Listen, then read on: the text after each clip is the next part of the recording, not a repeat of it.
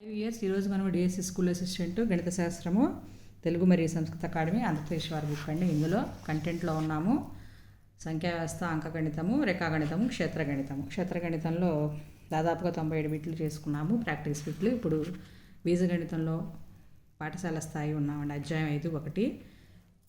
So ఇది కూడా important అండి. దీని నుంచి మనకి 4 క్వశ్చన్స్ వస్తూ ఉంటాయండి డిఎస్సిలో. తర్వాత కీలక భావనలు వచ్చేసి ఒకే చరరాశి గల సమీకరణలో గరిష్ట ఘాతాంకం 1 అయితే అటువంటి సమీకరణాన్ని సామాన్య సమీకరణం అంటారు. సింపుల్ ఈక్వేషన్ అండి. So x+3 = 0. ఇక్కడ x⁴1 ఒకటే ఘాతం ఉంది. y - 2/3 = 0. a+b x² - y² 4l + 7m అన్నవి ద్విపదులు, బైనామియల్స్ అంటారు. 3 పదాలు ఉంటే త్రిపదులు. 3 కంటే ఎక్కువ పదాలు ఉంటే ఇది చూడండి, ఇక్కడ ఇది 4 పదాలు, ఇది ఒకటే పదము, ఇది ఒకటే పదము, 3 పదాలు, ఇవన్నీ కూడా బహుపదులు అంటారండి. నెక్స్ట్ బీజీ సర్వ సమీకరణాలు వచ్చి మీకు తెలిసిందే ఇది. నెక్స్ట్ ఘాతాంక న్యాయాలండి. a/m/a/n = a/m-n. దాన్ని 1/a/n-1 కూడా రాసుకోవచ్చు. a/m² = a/mn.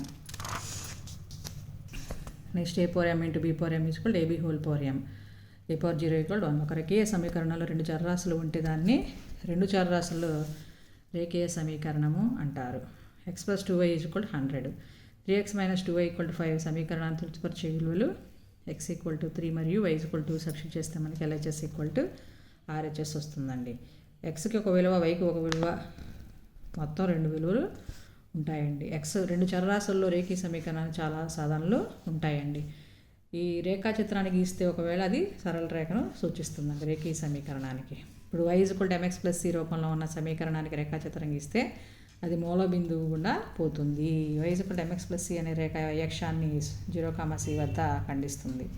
x = k రేఖ y అక్షానికి సమాంతరంగా k యూనిట్ల దూరంలో k0 గుండా పోతుందండి. y = k చాలా ఇంపార్టెంట్ బ్లాంక్స్ ఇవి డిఎస్సికి.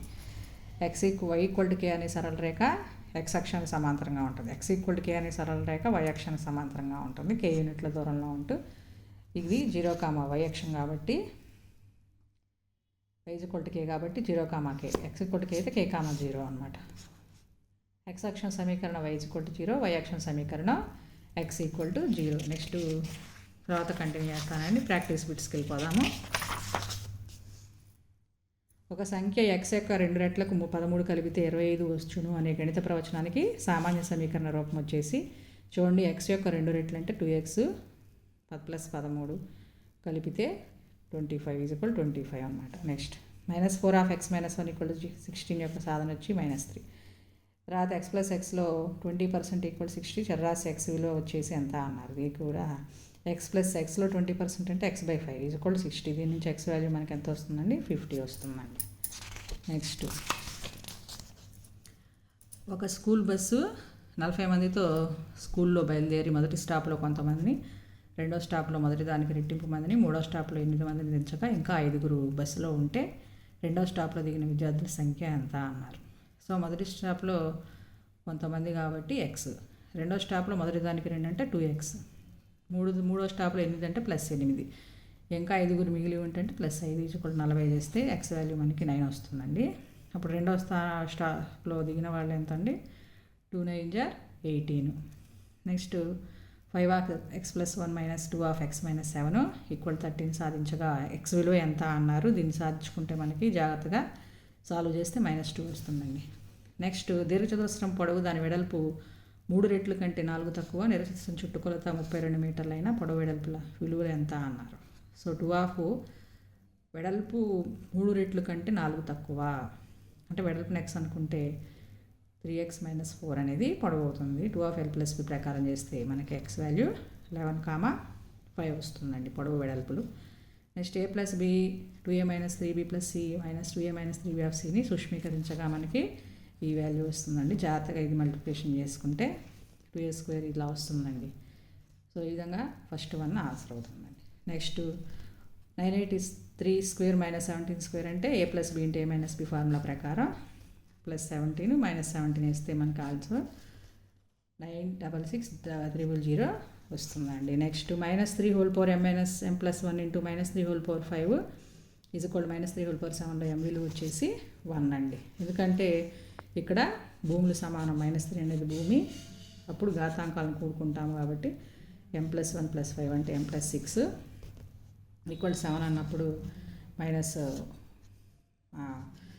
- 6 1 అవుతుందండి. నెక్స్ట్ దీని యొక్క సూక్ష్మీకరణ విలువ వచ్చేసి జాగ్రత్తగా ఇలా చేసుకుంటే 3⁻⁻5 ఇంటూ దాన్ని 10⁻⁻5ని 5⁻⁻5 × 2⁻⁻5గా రాసుకొని ఇంటూ 5³ రాసుకుంటే 125ని కిందమ కూడా వేస్తే మనకి క్యాన్సిలేషన్ చేసేస్తే 5/5 వస్తుందండి. జాగ్రత్తగా అబ్జర్వ్ చేసుకుంటే A4m/A4n ఫార్ములా ప్రకారం చేసుకున్న ఈ సమ్ము వచ్చేస్తుందండి. నెక్స్ట్ ప్రామాణిక రూపం వచ్చేసి 35 × 10⁻⁻6 దీన్ని 3.5 × 10⁻⁻5గా రాసుకుంటామండి. నెక్స్ట్ ఇక ఇది చాలా ఇంపార్టెంట్ అండి. ఒక సంఖ్య దానిలోని అంకెలను తారుమారు చేయగా వచ్చే సంఖ్య కంటే, ఇప్పుడు ఒక సంఖ్యను x+10y కదా, దానిలో అంకెలను తారుమారు చేస్తే x ప్లేస్లో y వేస్తాం, y ప్లేస్లో x వేస్తాం. అది ఇట్లా వేసాం, దానికంటే 27 ఎక్కువ అన్నారు, +27 ఇక్కడ వేస్తామండి.